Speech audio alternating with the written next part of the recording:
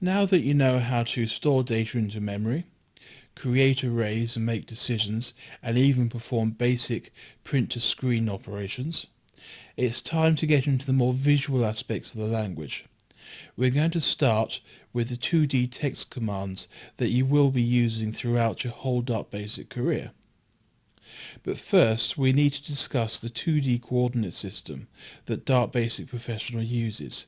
And to do that, we're going to start by drawing a line across the screen.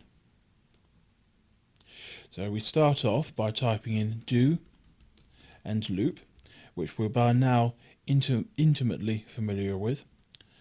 And we're going to increase x by 1 per loop cycle. And we're now going to use a new command called dot. Dot will basically make a pixel on the screen white every time the cycle is completed. And to do this, we have to provide coordinates on the screen for the dot to actually be drawn to. Anyone who's familiar with high school maths or comprehensive school math will basically know that in order to print a graph, you have to know the x-axis and y-axis. X-axis goes across, y-axis goes up and down. So to demonstrate, we're now going to draw the dot across the screen. So I'm going to increase x by the value of x every time the program cycle increases. So the first time the first time the cycle is initiated, it will start at 0, then go to 1, 2, 3, 4, etc. And while it does that, it will be constantly drawing a dot across the screen, thus creating a line. So now that we've changed the x coordinate, we're now going to type in comma y, so that's the y coordinate. So now the dot will travel across the screen. But we don't want it happening too fast, we want you to actually see the result. So I'm going to type in wait 50, and this will slow the program down for us. So when we compile this program and run it,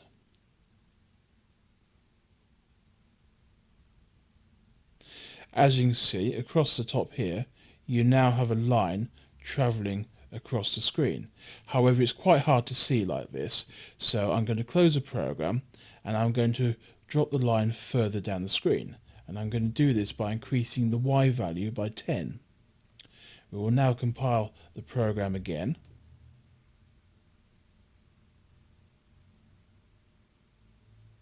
And as you can see, the same line is occurring, but it's occurring further down the screen. So we'll close that now, and we will now create a second ink called y, which will correspond directly to the y coordinate in the dot. And I will now replace the 0 with y and replace the x with 0. And what we should now have is a line travelling down the screen. So we will now run the program.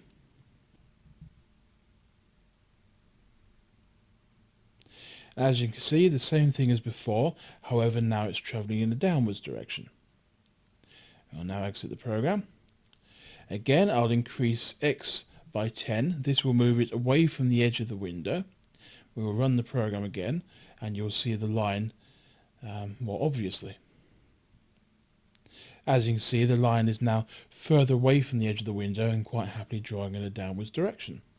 So what happens if we put both x and y in at the same time? Let's have a look.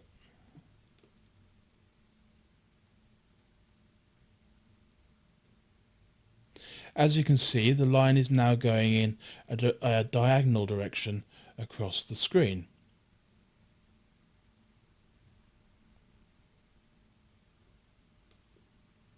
So we now know that x in the coordinate system will start at 0 and then progress from left to right. And we know that y, when it starts at 0, will progress from top to bottom. So now we know how our coordinate system works. We can basically visualize where our objects need to be based on the x and y coordinate system. So far, in order to display messages from the program to the user, we've had to rely on print commands. However, this is a games programming language, so we have many other options at hand. We can create text and put it in a more specific location, unlike the print command, which you simply said print and it rolled down the screen. And while you can use a second command to place the cursor manually, it's not the most efficient way of doing it. And as you evolve your game programming skills, you'll want to invest more and more into what we call a real-time environment. What we've basically been doing so far is having an event occur and having something print, then having the event occur and having something print. It hasn't really been a real-time experience so far. So, using a series of text commands, we will now build information to the screen visually and then write it to the screen all in one go. So we're going to start our program with sync on. This is setting up the 2D environment. When sync is on, it allows us to call another command in the program called sync, which will write all the information to the screen. Until sync is called, the information will be written in the background but not displayed to the user. Until now, we've been allowing the program to update itself automatically, but this doesn't give us a great deal of control over the system. Using this method, we can draw multiple pieces of text to the screen, or multiple objects, cubes, characters, or whatever. You can build up an entire scene in the background, and then when you're ready to show it to the user, you simply use the sync command. Of course, computers all have different speeds as well. So you may have an old machine that runs at 1 megahertz, you may have a new machine that runs at 3, and then you've got dual core systems which runs even faster. So you need a way of keeping the program in time with itself, so everyone gets the same sort of experience. And we do this by typing in the sync rate and then typing in a number. I tend to go with 60 because that produces a nice, smooth visual effect. So this basically means that the program will not write to the screen any more times than 60 times a second.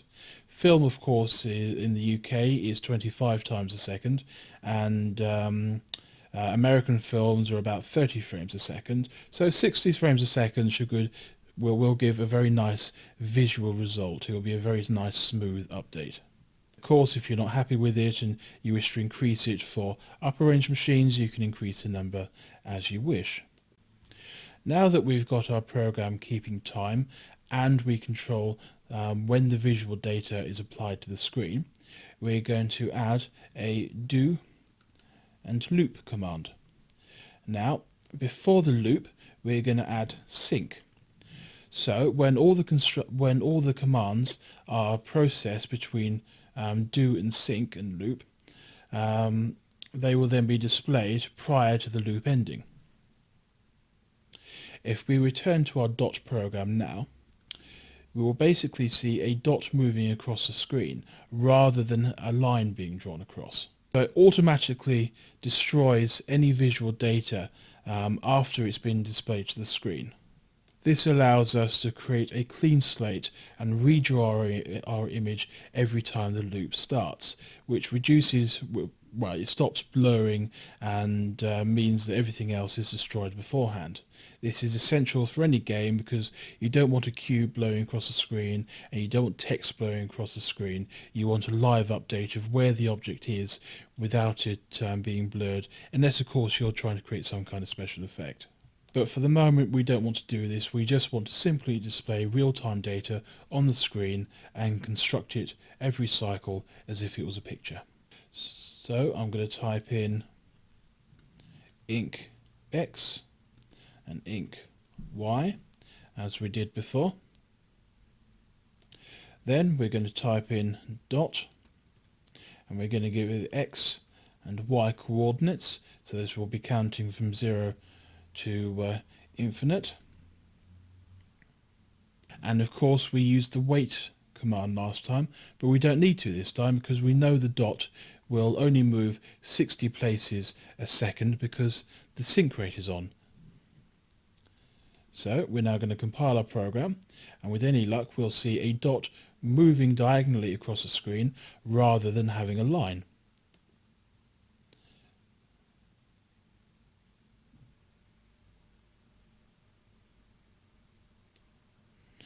Oh dear, this hasn't happened. Why hasn't it happened? Right, the reason this hasn't happened is because I haven't set the backdrop on. In order to wipe data every frame, you need to set backdrop on. And this will now destroy the data every time the sync is called.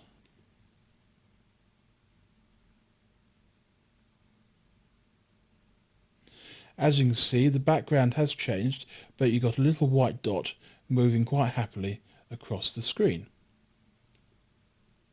We want to return to our black screen, so we're also going to colour the backdrop.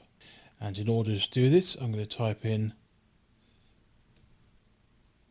colour backdrop.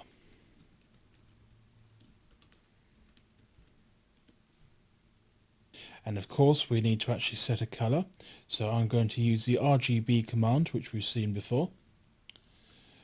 Open bracket, and we're going to set it to black, so 0, 0, 0.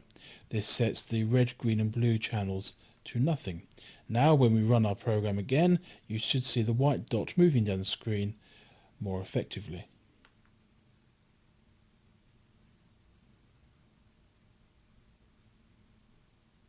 As you can see, thanks to DVD resolution, the dot is quite happily moving down.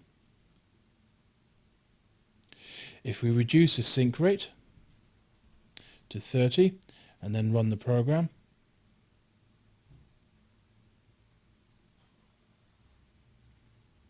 you'll notice the dot is actually moving slower. It now takes a lot longer to go down the screen. So we'll increase that to 60 again.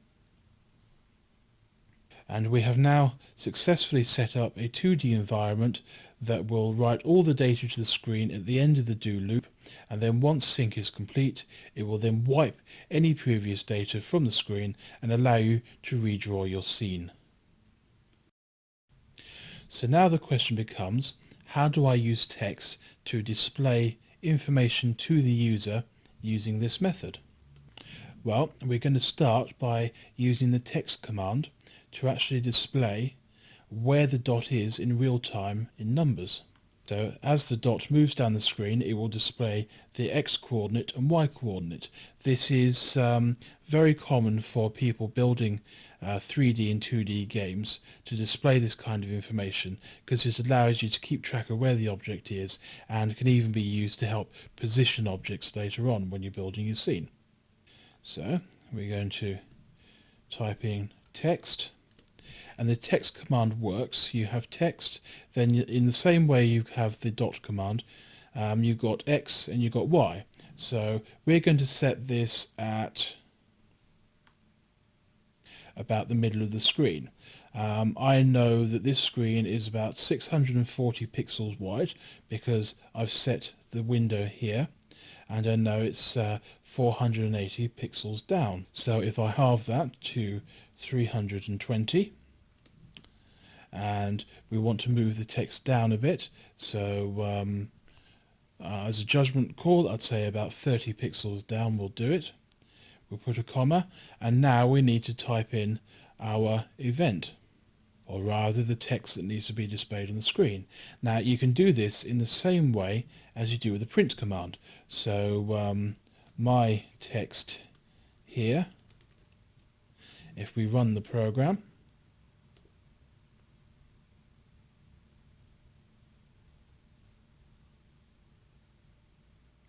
now displays your text off center from the middle of the screen. But we want it about center of the screen. So I'm going to close the window, and we can update the text command with a similar command called center text. And then we'll run the program again.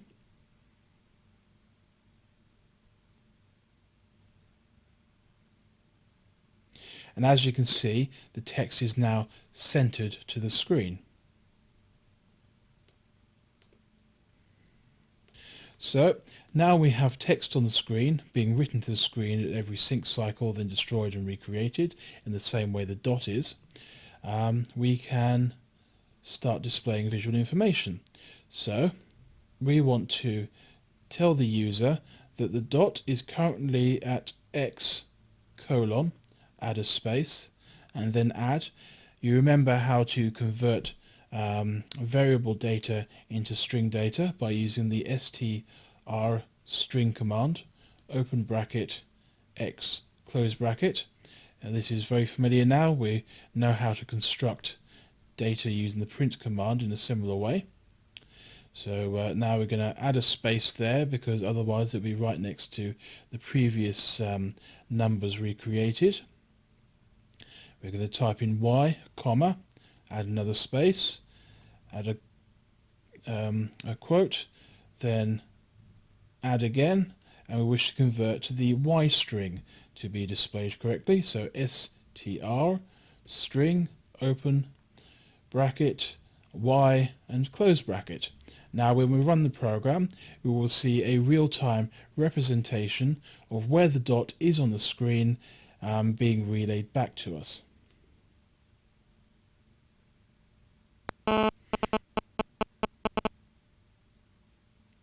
As you can see, it's now quite happily telling us where the dot is in real time.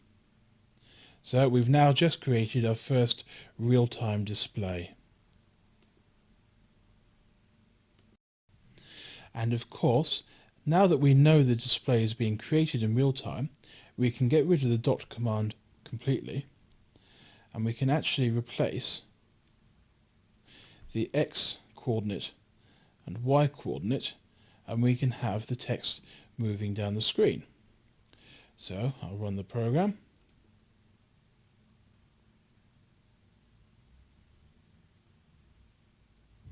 And we now have the text moving down the screen in the same way the dot was. So basically, any command that uses the 2D coordinate system can now be updated to the screen in real time. I shall now return it to the position it was, and we'll see some other commands we can use to draw to the screen in real time. For instance, we can use the circle command. So if I type in circle, we use our standard x and y coordinate system, and we now type in the radius of the circle. Now bear in mind that the radius is from the center point to the outside, as anyone who's done GCSE maths will understand. So that you need to bear in mind that any circle command you create would actually double the size of the circle. So it won't be 25 pixels across, it will be 50 pixels across if I type in 25, because of course the diameter is double the radius. So now we'll run this program and we'll see a circle traveling down the screen.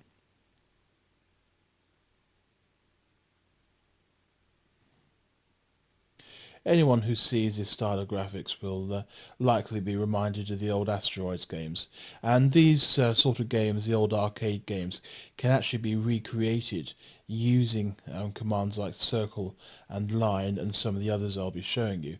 So it's worth taking note of these. If you ever decide you want to create a retro game with a very retro early feel, then these are the commands you want to do it with.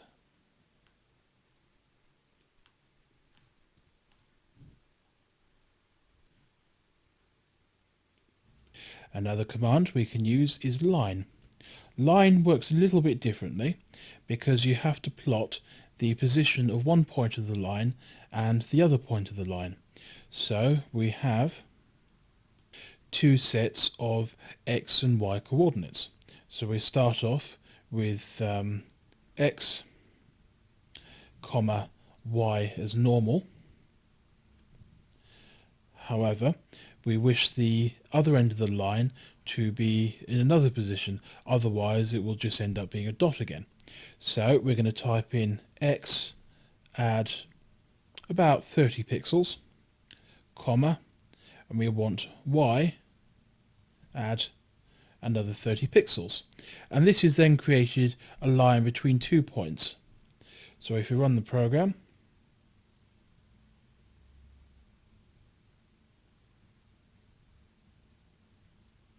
we now have a line shooting across the screen.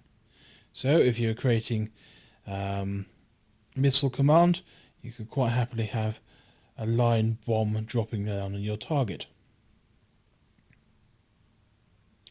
Another extension of this would be the box command. Just delete that and type in box. The box command works in the same way as the line command did. So we've got x comma y comma, and then we got, sorry, full stop, I typed in there. It's x comma y comma, not full stop. You type in x add 30 for the second set of coordinates, and y add 30. And if we run the program now, we should now have a box moving down the screen. There we go.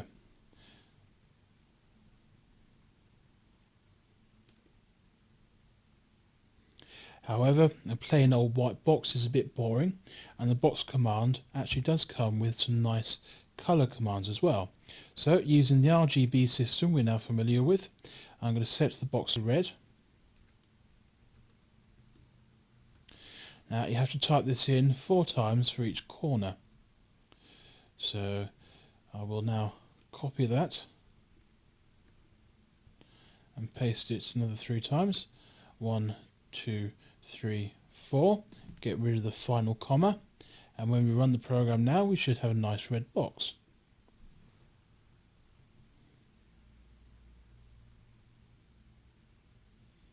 As you can see, we now have a bit of colour in our game.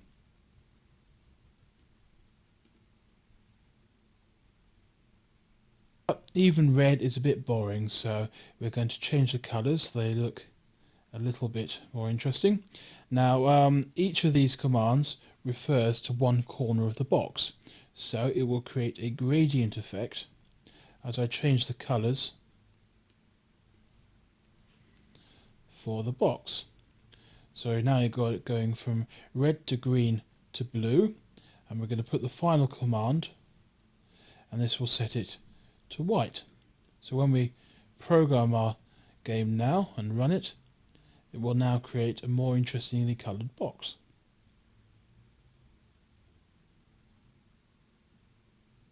There we go, quite pretty, isn't it? It's a good way of making quick buttons.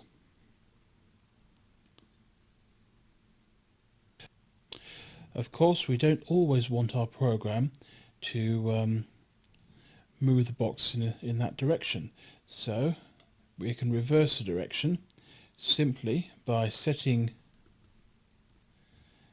x to equal 480, and we will set y to equal 480 as well, and this time we shall decrease, so dec x and dec y, and this time the box should be going through in the other direction.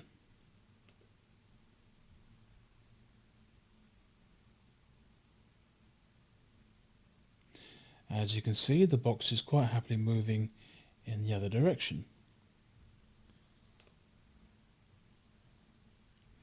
You can even have a little bit more fun, and we'll have the box move in random positions. So we'll delete this, and we can actually type this directly into the command because we don't need to set up a variable first or do any operations with it. So we'll now replace x with RND, which stands for random, open bracket, and we'll give it the full range, 480. In fact, actually, it's 640 across, and we shall replace y with RND 480 because it's 480 units down, and we will now click run the program, and the box should randomly appear all over the screen. There we go. And of course it's doing that because we didn't set it for both coordinates. So if we now turn these into x integers again. So x equals RND and y equals RND. Whoops, I've deleted that.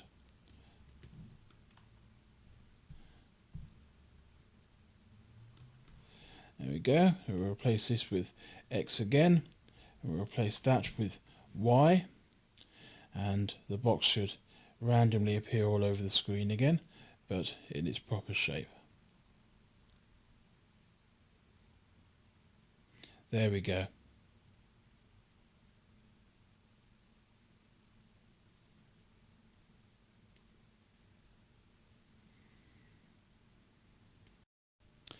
So now we know how to move objects and manipulate them on the screen.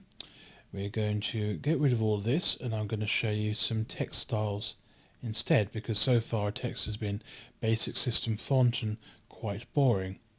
So we need to set up a string for the program to actually display.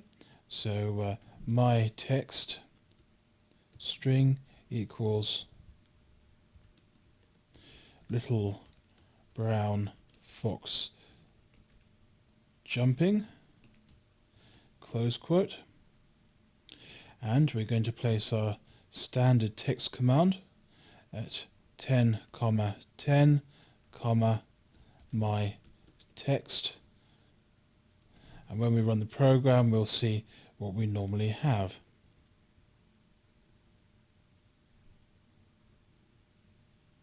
So as you can see, that's the basic system standard font that the text command is automatically set up with, but I want to choose another font.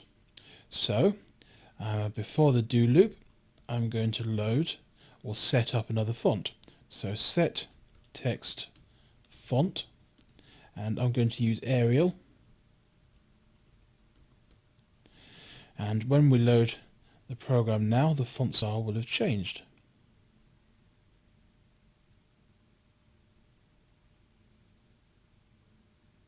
As you can see, the text style has changed, but it's now too small.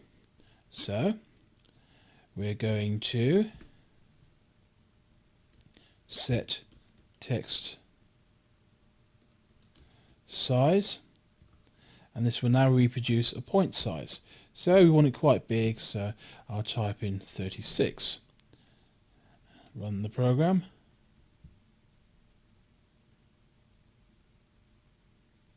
And as you can see, the font is now a great deal bigger. And of course you can load any system font you have installed.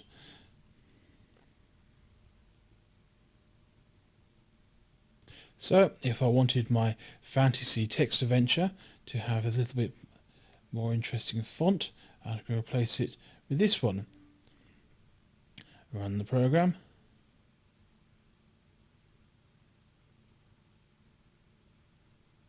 And as you can see, we now have a very fancy font. So that's how we can change the font. So I'll change it back to Arial because it's easier to read. And we have several different text style formatting as well. We can set the text to italics, for example. Set text to italic. We'll now run the program.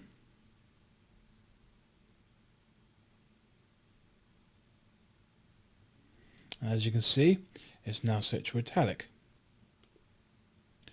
We'll now set it to bold. So set text to bold. All very easy to understand and read commands. And there we have bold. And we can finally set it to italic bold, or rather bold italic. So set text to bold italic, run the program.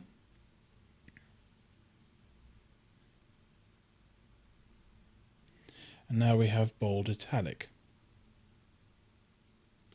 And of course, if you set it to bold italic and you want to set it back, you can also type in set text to normal.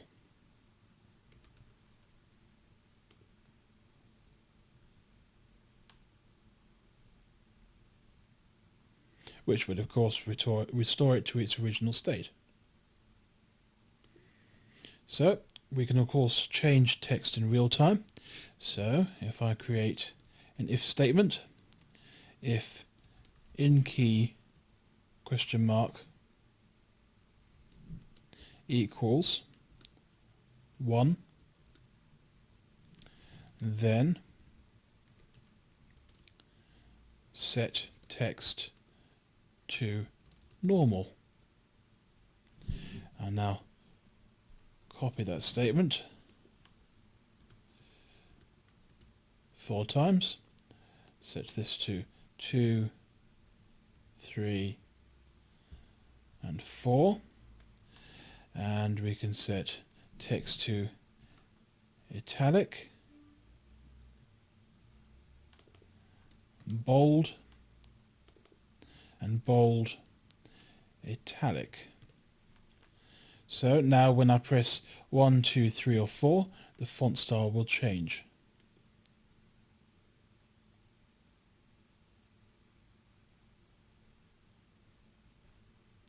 So 1 is normal, then 2, 3 and 4.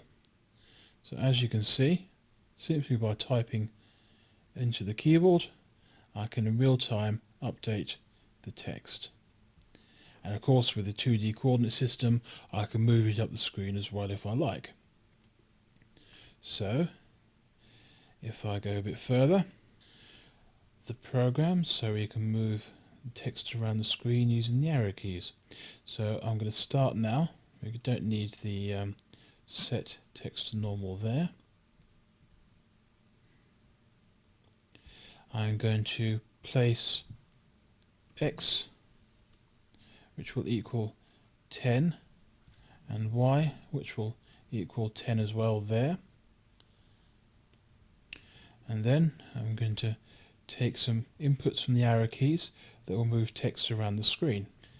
So using the if statement and using the up key command, brackets equals 1. So basically when the up key is pressed, 1 will be sent to the computer and we'll know it's been pressed. Then dec y, because y goes up and down, remember. If up key, down key, my bad,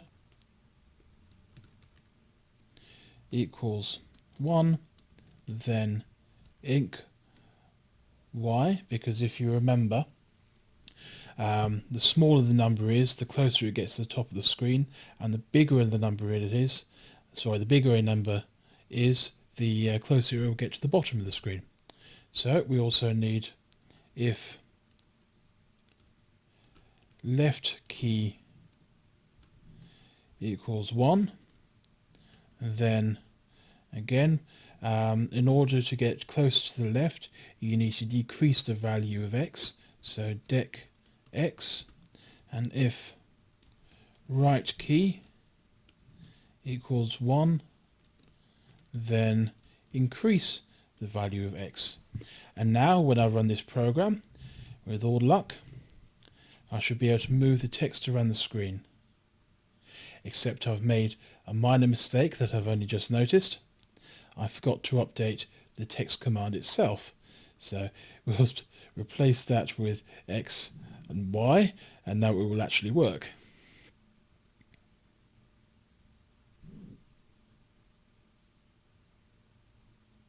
So there we go. I'm now pressing the right key and it's moving right.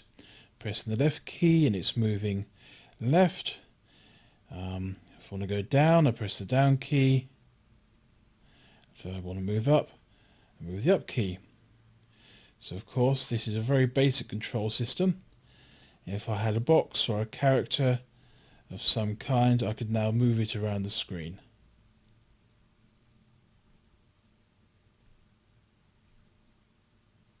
as you can see.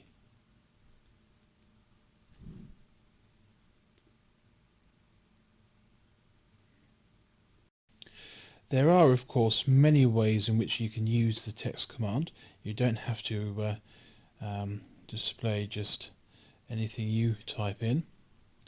You can also display system data. For instance, if I wish to, I can display a clock. So I will now type in, we'll keep that there as it is. In fact, no, we'll delete the X and Y again, and we'll return to our normal positioning system. So 10, 10 to reduce our lines in the program. Get rid of my text. We don't need my text there either. And we're going to display the system clock by using the command get time. Get time is actually automatically a string. So all you have to do is type in this command and the text will display time on the screen in the nice Arial font we've already chosen. So as you can see, we now have a real-time clock with one very simple line of code. And of course you can do the same with get date. So I'm going to add another text command, and we need to move this further down, so I'm guessing by judgment about 60. I'm probably wrong. Get date.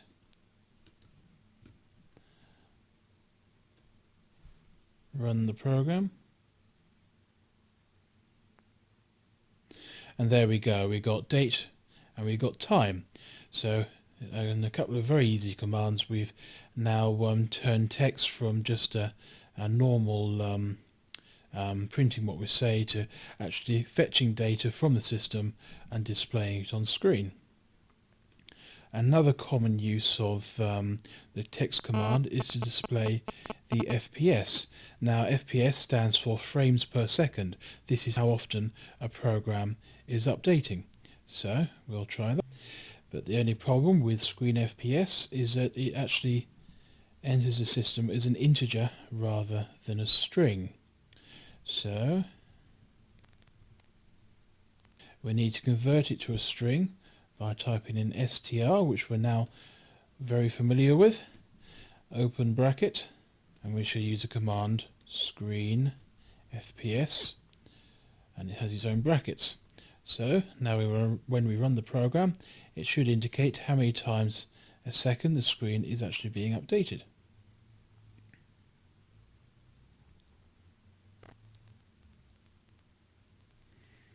So it's currently being updated between, as you can see, it does vary depending on what's going on my computer in the background, and bear in mind I'm also recording video and audio as I write this tutorial. So it averages about 60 frames a second.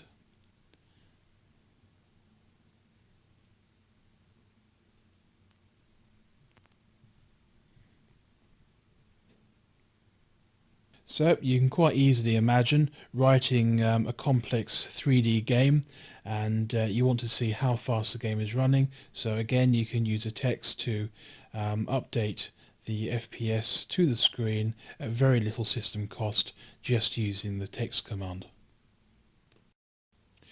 Now, taking us back to the clock concept, while we can get the string from system time and quite happily display it on screen with no issues whatsoever, I don't like the format of that clock, so I want to create my own clock using the string data I've gained from the system, but breaking it down into different parts. And to do this, I'm going to create a function that will be used in conjunction with text commands to create a slightly more exciting clock. So we're going to start off and put end after loop, because if for some reason the loop should ever be broken and it goes on to the function statements, then you'll get an error.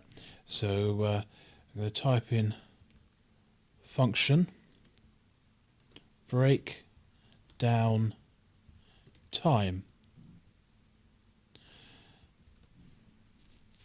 and then we're going to type in end function. And as you can see, the familiar collapse button next to it allows us to reduce the text. So I'm going to now make a little bit of space here. And I want to be able to say breakdown time hour. So get an hour from the program in order to get an hour put back into the program, if you see what I mean. So because I want to type in hour rather than type in a name, I'm going to create a temporary string or a local variable called get. So now if I type in breakdown time hour, it will then execute the function. It will get the hour information outputted back into it and display the hour separately from the rest of the string. Because the string isn't a variable, it can't be regarded as a set of numbers, so we basically have to break it down into that. So if get equals hour, so if we put get into breakdown time command, it will then trigger this if statement. Output equals val, because I'm converting it into an integer. Open. Now we need to isolate the first two segments of the time. If you recall, it was two numbers, then a colon, then another two numbers, then a colon, then the final two numbers. So to do this, we're going to isolate the first two characters on the left. So we're going to type in left string, and this will isolate the characters for us. And I will put into its option get time string. So left is now getting get time, of course, which of course has its own brackets. Put a comma, and because again we're going from the left of the string inwards, we need to go two places to get 0, 1 or 24, because it's set to a 24-hour clock, I believe. So we type in 2 for two places, and it's now isolated the first two places in that string, and it will pass it back to the val command, and we've now effectively converted the time statement, the first two characters of the time string, into an integer number of whatever the system clock is at the time. Then we type in end if, and next we want to work out minutes. Of course, minutes is in the dead center, so simply choosing left 5 will get us the hour, the colon, and the time, so that's not much good to us. If we type in if get equals mins, so if I pass mins into the function, it will then trigger this if statement.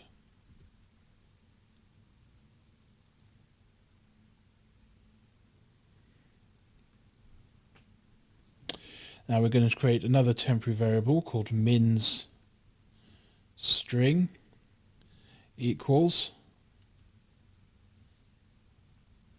left string.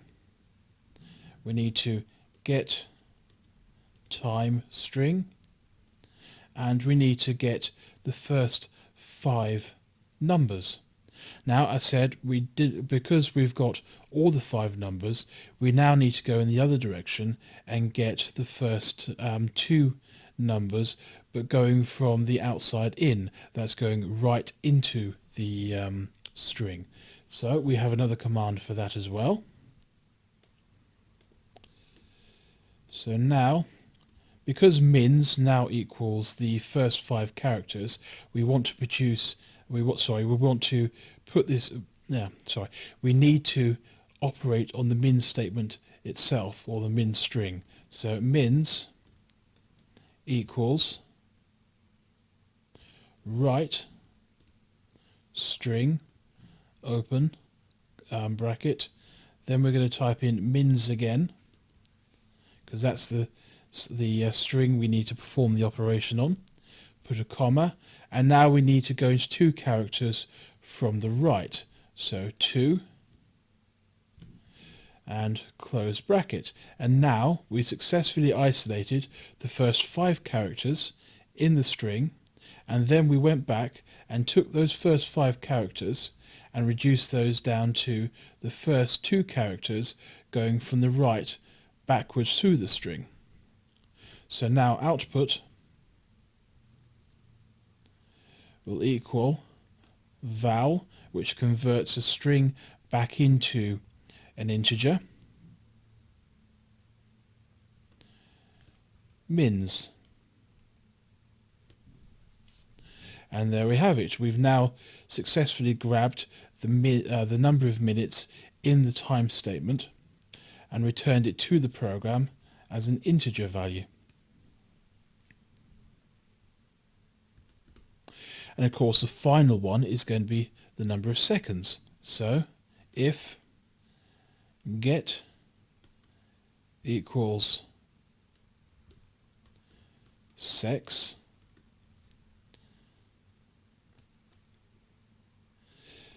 output equals val, because we're combining many statements together like we did with the first one, open quote, write, because we don't need to perform 2 text operations, we just need the first 2 characters in from the right of the string. So write string, then get time string,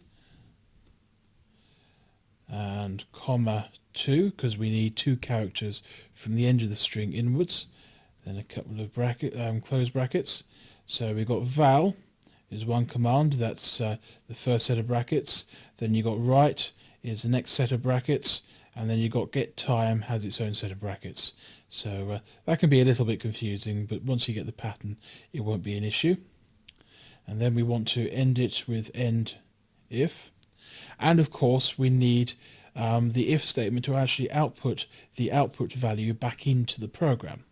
So we end function with output. Now we have our function in place, we can actually begin to get the time value and put it into the main loop of the program. So as you can see, this is a very good way of demonstrating how to create your own custom commands in DarkBASIC Professional.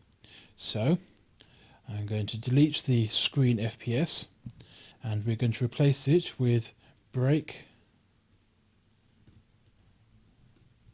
down time, get sorry, we don't need the get because that's part of the command itself. What we need to do instead is pass along a selector value. So in this case we're going to type in hour, and that will now use this command to go and fetch the hours that are currently being displayed in the clock display. So if we have something to compare it against, text 10, 50, get time string, you'll be able to see them side by side, and we will now reconstruct the clock above it. But first we'll make sure that the function actually works. So we'll run the program.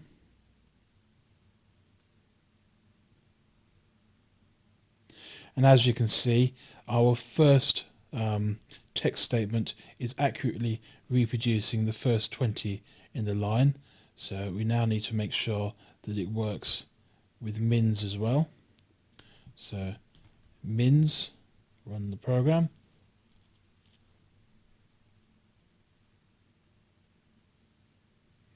As you can see, it's now accurately even reproducing the 17. And finally secs, which is the most active one.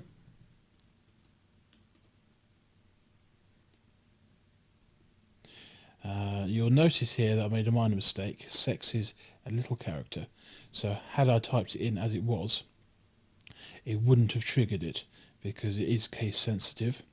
So we'll run the program.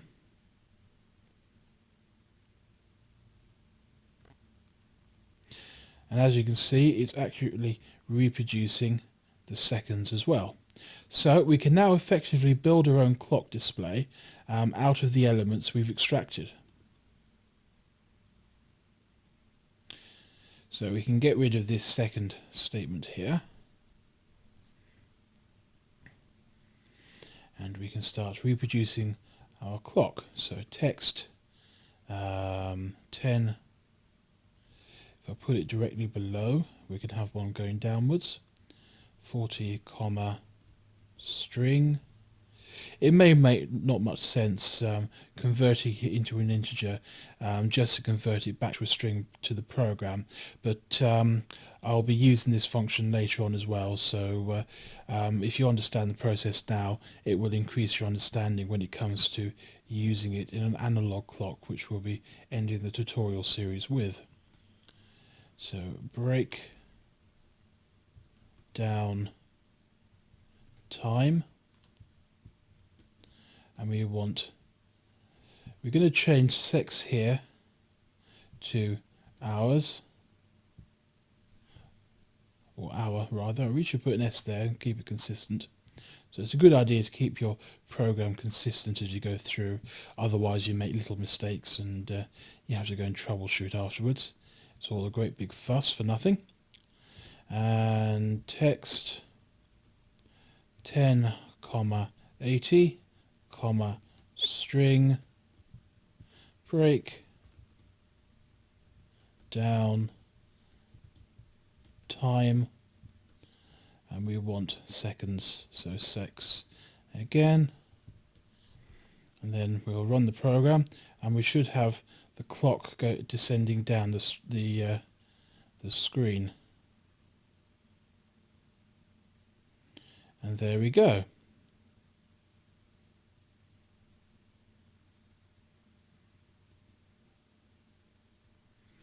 We'll reduce this by 10. I shouldn't have doubled it, I should have increased it by the same amount.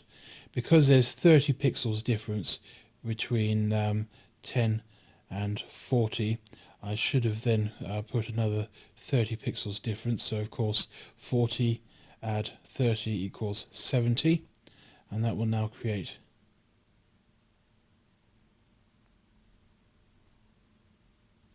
a better clock. There we go, so it's a bit more organized now. So of course we can now play around with the layout of our own clock.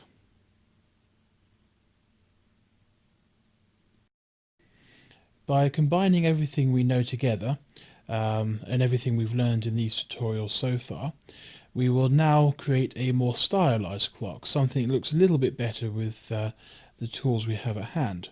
So I'm going to start off by setting up a new font. I'm not sure if this is on your system. You can pick any font you like. So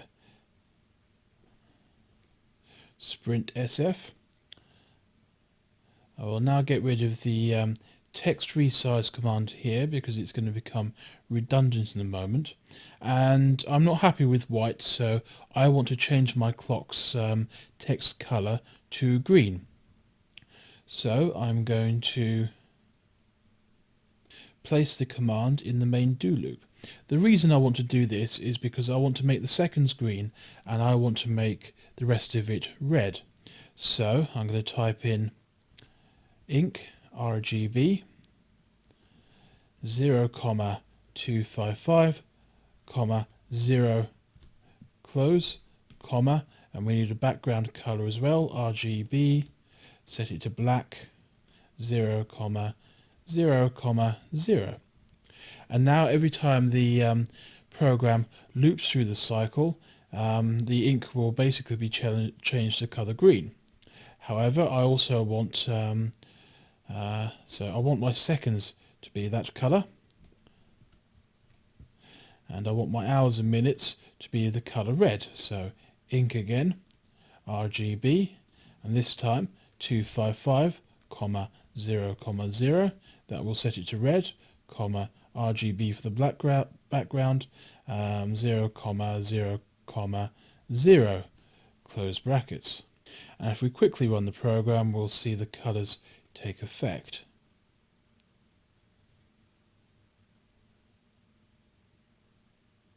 There we go. So we now have our colours in different, well, colours. So we'll close the window here. What I basically want, the image I have in my mind is I want a big set of green numbers counting in seconds, and then I want a more understated hour and minutes below that.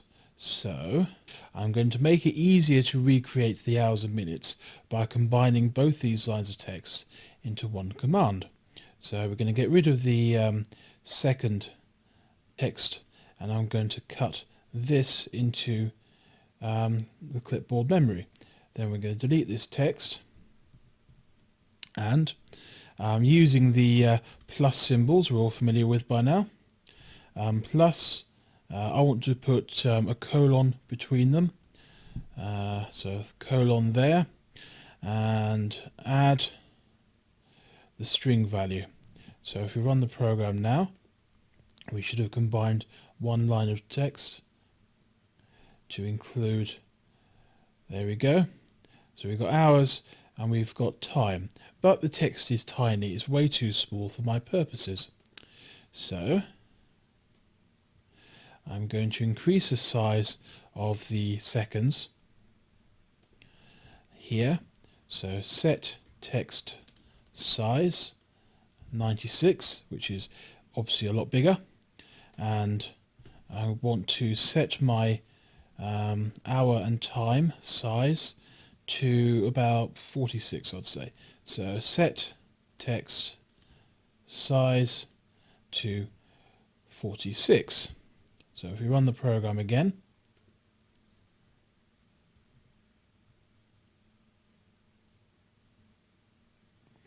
we now have big clocks, we now have big seconds, and we have a much bigger time. But I want the seconds on top, and I want the time below. So again, we're going to play with the coordinate system.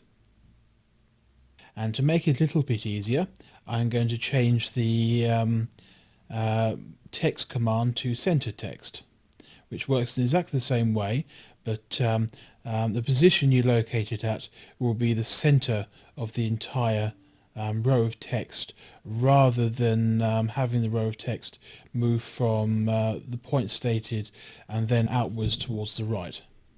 Do mean towards the right. Okay, so I also need to reposition it to and the window's a bit big for this. You want a clock, you don't want it too big, so we're going to change the window size here, use a custom value, and make it a nice square window, about 128 pixels by 128 pixels. That should be ample for a clock. And because we know the width of our screen is now 128, I can change the X, which of course goes from left to right, to 64. So I now know that my text is centered in the screen. And of course I want it right at the top of the screen to be the first one there. So again, using my knowledge of the screen setup and the coordinate system, I've positioned my text. So we'll run that now, and we should see a smaller window and better positioned seconds. So as you can see, the seconds is quite happily displaying there, but there's a bit of a gap here. That's almost certainly down to the font. It probably adds a bit of space at the top. So I'm going to move that up a bit by typing in minus 10, and that will move it up obviously by, it'll offset it by minus 10 pixels. So I'll run the program again to see the result. It's a bit closer to the top now, so I'm a bit happier with that. And now I need to move the hour text below. So I will now Again, we're going to use center text because it worked quite well on the first one.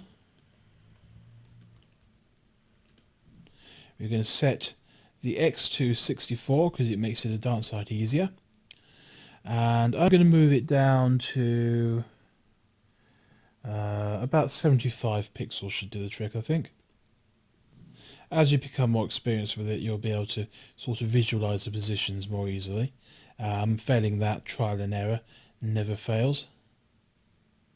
And there we go. We've now taken a very boring white get time statement printed to the screen. We've broken it down into integers. We've then reformed them back into strings in the form of the text command. And we've rearranged the text on the screen using the 2D coordinate system, and using fonts and sizes and colors we've created an overall far more interesting time statement on the screen that you can move around in the window and just have ticking away quite happily as your own personal clock.